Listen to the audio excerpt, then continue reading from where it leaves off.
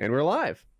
I'm like, how many serial killers are actually in hotels? There was that Vegas dude that shot into the crowd with the bump stocks. Mm-hmm. But he didn't kill anybody in the hotel. Like, this is quite the like, you're like, with all the victims were outside the hotel. I don't even know if that's true. I bet he did kill people in the hotel. He just killed himself. That counts. I'm counting it. He shot a police. Locking that in. Did he defend himself at least once? No, he shot himself. He killed himself. That's one kill in the hotel. That counts. I agree. No, didn't he have something set up on like one of the carts outside or something? Or was that maybe that was a camera? I don't know. Yeah, I don't know. I don't remember anymore. I never found anything out about that shit. Yeah, I'm pretty sure we got lied to about that because that guy was some sort of a brainwashed fucking CIA operative or something. Little MK Ultra, little Ted Kaczynski action. Mm-hmm. Little MK Ultra action. MK Ultra. It's where they experimented on people with LSD to try and control people's minds. Yeah, and it's like, turns out that really fucks them up when you put that much in there. Dude, I was talking about conspiracy theories with Jackie today. The problem is 1% of the time it's real. Like whatever that percentage is, you make it up on your own. But you want to dismiss every jackass who's they put bricks at the BLM riot so that they would break more windows than they would otherwise. Nah, those bricks were always there. It's on Google Maps. You can see whatever. There's construction projects. Those weren't even bricks. That was just broken up concrete or whatever. Like they didn't actually put bricks. It got disproven like time and time again. All right, cool.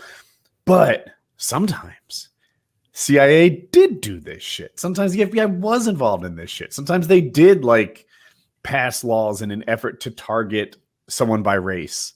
And it makes it hard to dismiss all these theories. Taylor, what's up? Taylor played this whole video the other day for us on the Discord, and it was like every time Alex Jones was right, and it's like Alex Jones dancing to a montage of him being like, "Yep, right again."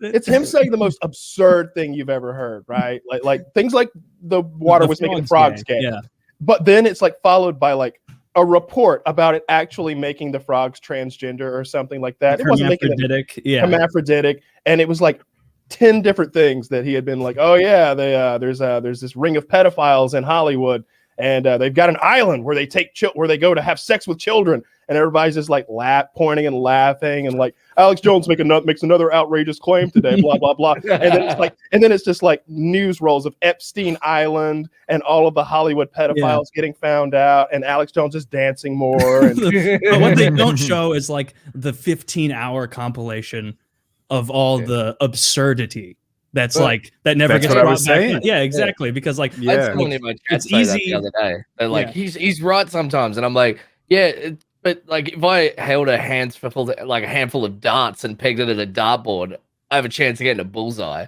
Yeah, if I lied to you 90% of the time, sorry, I thought there was a break there. If I lied to you 90% of the time, then you would think I was full of shit. Not I was right every so often. Mm-hmm. What is his magic? But that's the way it works. Is and then people's confirmation bias is they look back and they're like, oh, the pedophile island, he called it, but they don't think about someone being a cannibal. I'm making that up, but I'm sure he said someone's cannibal. Or Sandy Hook being fake, because that was real. Yeah, see, that doesn't get brought up as much. Or I guess that got brought up a ton at the time, but not anymore. But he's not really around. Don't say it's not, or they'll sue you. Well, of course it was real. Of course it was real. Yes. Yeah. We're all in complete agreement. I don't know why we're still talking about it. It was real. Yeah. I thought a lot of people talk about that kind of shit, and it's but they I hate it when they're caning the victims' families, because it's even if it was organized by the government, people still died. So it's and it probably wasn't John Smith's fault to have his it wasn't his decision to be I offer up my daughter. It's not the fucking X-Files. That construction worker with the kid there. It's he's in on it. He's in on it. Yeah. He gave up his daughter. It's why are you harassing this poor motherfucker? I like the X-Files reference. I like that a lot. That's a good one. Yeah, I love X-Files. Me too. I've seen every episode many, many, many times. I've watched it through so many times. This is my favorite. It was my favorite TV show as a kid. I was far too young to be watching that shit. I've watched a smattering of it.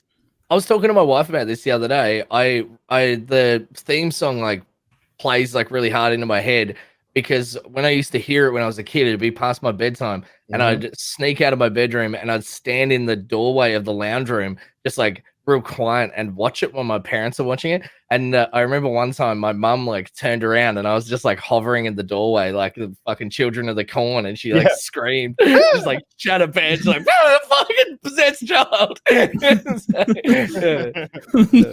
I remember watching Children of the Corn when I was like maybe 8, too young, and like even then thinking like, well, I'd be safe in this movie, like they wouldn't attack me. Like, I'd be like, I could be a scout.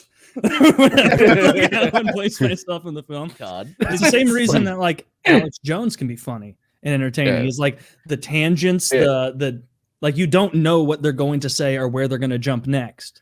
But it's not like funny in a way like, oh yeah, I'd love to have like a really in-depth conversation with you. You're so interesting. It's more like, man, I love laughing at you. You're such a fucking fool. That's true. Like if you talk to Alex Jones, you'd be like, wait, tell me about, I don't know, the moon.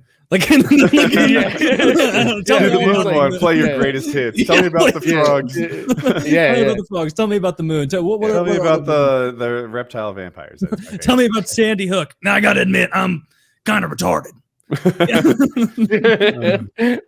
was the funniest little clip from him. No, I'm kind of retarded. Like it's like on the record. I gotta admit, Joe. Oh, that was I don't listen to full Joe Rogan's often, but when he was on, like Joe has such a bizarre chemistry with him because they've been friends for so long that it feels like the Alex Jones like just trample over people. Joe can just be like, Alex, settle down. What are you doing? What are you? I'm sorry, Joe. You know me. We've known each other for a long time. I get excited and you hype me up. You know, that's all you do. And you can see like, oh, go ahead. On this, it's funny. I'm about to say this as I cut you off, but on the second one, Joe came in like on a mission to sort of be like, all right, you made an outlandish claim. Let's dive into that. Let's hear the thought process behind it. The first one was instructional for me because I was getting a lot of fussing at the time about interrupting. And then I heard Joe Rogan, Eddie Bravo, and Alex Jones on the same podcast together. None of them let each other talk. None of them ever listened. All of it, like they would just all yelling over each other. And I hated it. I hated that episode. And I'm like, oh, like this is illustrating the importance of letting someone finish their thought. Yeah, it gets jumbled quickly. Yeah, but like I get invested in what this guy is saying, right? If this guy is saying, you know, whatever, Democrat, pedophile, reptile, vampires are running the White House, I'm like, ooh, tell me more about that. Tell me why you think that. But then before he either gets debunked or backed up, we're onto a new topic. And I'm like, well, you fucking ruined it. I really wanted to hear where that came from. And now you're talking about legal pot or something. It doesn't matter. We saw a clip of him the other day, and he was like, Marco Rubio was somewhere like speaking to a group of people on a microphone, you know, like it's some sort of an event. He's wearing his suit and tie, which is the only way I've ever seen Marco Rubio. And there's Alex Jones. He's there. And he's not with the crowd. No. He's like, he like sidles up to Marco. Like he's next to him. Like, and he's a big imposing guy, especially next to Marco Rubio. And he's just like trashing him, just like he's like, you know who I am, InfoWars. You know InfoWars. He's like, I do not know who you are. You know who I am. You know who I am. Tell the people the truth. And just like berating him. And he's just like, Marco's like, don't touch me again. Oh, tough guy, you gonna beat me up? I didn't say that.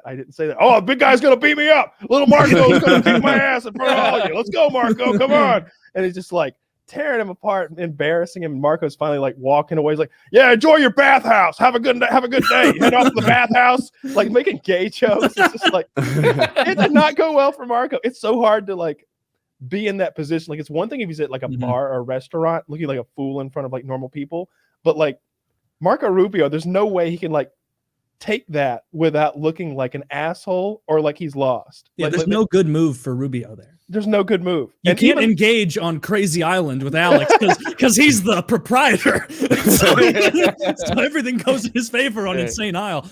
But what was like Rubio was trying to like give an answer. They're like something about taxes. I don't know. And like as he's trying to answer in like the politician's proper way, Alex Jones is standing next to him, taller than him, going, "Hey, why don't you tell?" Like, and he's like looking right at him. "Why don't you tell him about your secrets, huh? Tell him about the secrets. Tell him. Are you gonna tell him? You gonna tell him about the censorship of your secrets? No, you're not. You're going to talk about You taxes. should have straight up been like, I ate my brother's Easter candy when I was 12 years old. You got thief me. then, thief now. These people are all like this. You can't argue with someone like that though, because they just flit from thought to thought, and then the second you say something back to them, they just like, but what about? And it's just like, what were we talking about again? And you can't follow that train of thought because they're just a fucking moron. Because it's a carpet bombing of things, and so it's like the government that they're vampires. First of all, second of all, that's the reason they went to the moon is to get their essence. They call it adrenochrome. That's a goose. That's a red herring. It's actually on the moon, and the reason we faked it was so they could believe we couldn't get there to achieve it. And it's like, wait, but what about the underground thing? Like, can we go back to the beginning? You're worried about that when you should be worried about something else. Is that a thing he ever said? The reason they faked the moon landing was so that they didn't think that we could do it. No, I made that up. I don't know. Great. I like that one. Yeah. I was just trying to put myself in his headspace. There's theories that like America faked the moon landing just so they could like one up the Soviets, and then they just did it later anyway. They're just like, we'll do it eventually, but we'll just fake the first one. Dude, if it came out that it was fake, it would be so embarrassing.